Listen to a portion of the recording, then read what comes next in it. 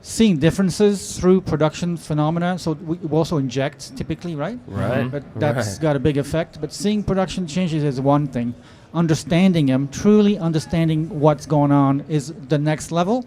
And you need to develop sophisticated rock models, right? Or subsurface models. Right. And that's where companies like Icon and others can really help bring this technology to the next level. Yep. Right. That's what I think.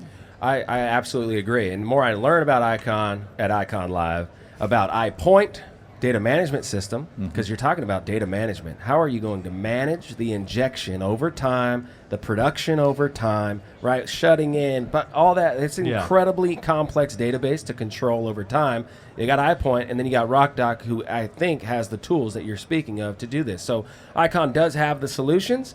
They need your help. Yes, they do. So here's the application. Here's what I was thinking of application. Correct me if I'm wrong. Seismic captures the dynamic stress, not the static, right? Of faults and how HMAX is moving away from faults and structural complexity. We're capturing the dynamic stress, not the static. Correct? Correct. 4D seismic, certainly, yes.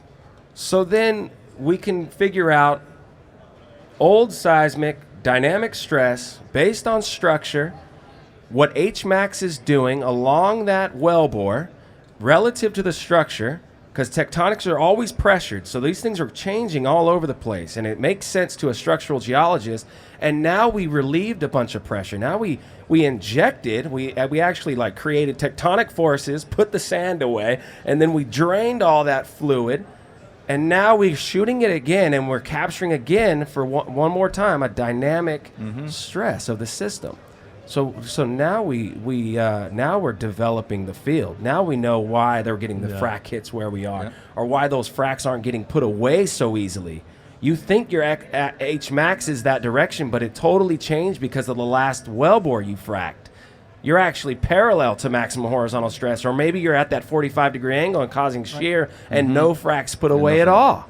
So we're going to capture that. So for unconventionals, Theoretically. you got to couple that with permanent, passive monitoring, which you can do in 4D sense.